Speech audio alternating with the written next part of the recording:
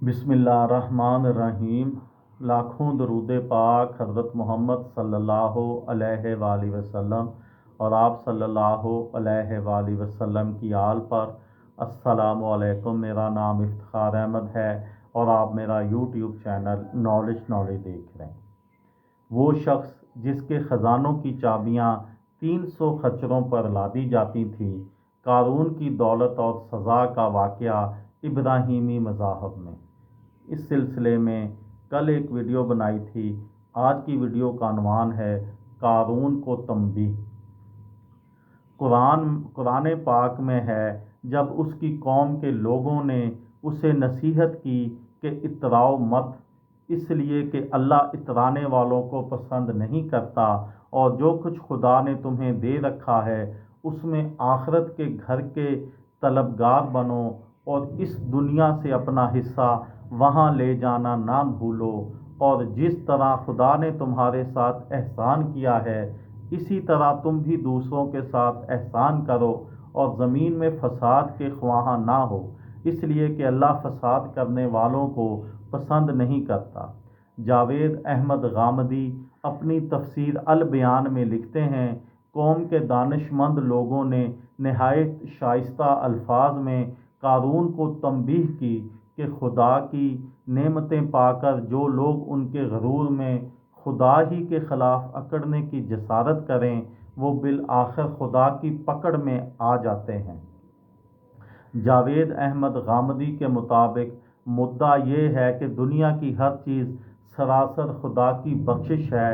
उसे अपनी मीरास और अपनी काबिलियत व इस्तेहकाक का करिश्मा ख्याल ना करो। तुम्हारी अबदी ज़िंदगी में जो कुछ इसमें से तुम्हारे काम आएगा वो उसका वही हिस्सा है जो खुदा की राह में खर्च करके तुम यहाँ से वहाँ ले जाओगे।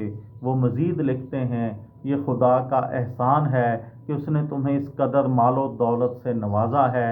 वो अपनी सफ़ात का अक्स अपने बंदों में भी देखना चाहता है और उन्हीं लोगों को पसंद करता है जो उसके बंदों के मामले में इसी तरह मोहसन होकर ज़िंदगी गुजारें।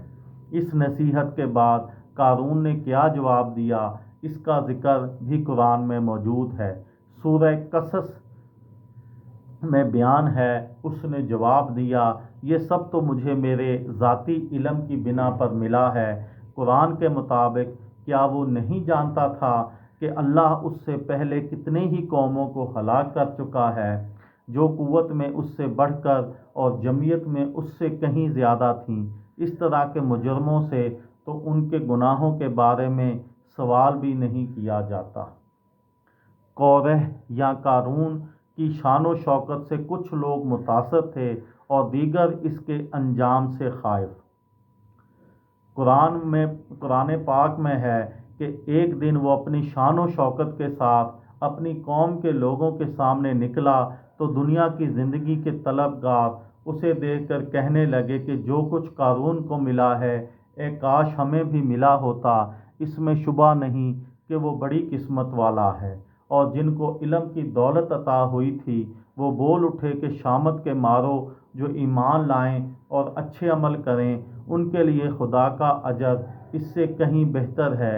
यही वो हिकमत है जिसकी हर शख्स को तमन्ना करनी चाहिए, और ये उन्हीं को मिलती है जो सब्र करने वाले हों। कुरान पाक के मुताबिक कारून का ये अंजाम हुआ, हमने कारून और उसके घर को ज़मीन में धंसा दिया तो ना कोई जमात उसके लिए उठी कि खुदा के मुकाबले में उसकी मदद करती, और ना ही वो आप ही अपने आप को बचा सका। अब वही जो कल उसकी जगह होने की तमन्ना करते थे पुकार उठे, अरे ये तो वही बात हो गई जो हमें बताई जा रही थी कि अल्लाह ही अपने बंदों में से जिसके लिए चाहता है रोज़ी कुशादा करता है और जिसके लिए चाहता है तंग कर देता है। ये थी मेरी आज की वीडियो। किसी दोस्त को, किसी भाई को, किसी बहन को फ़ायदा हो तो मुझे दुआओं में याद रखिएगा। दिल दिल पाकिस्तान, जान जान पाकिस्तान। अस्सलामु अलैकुम।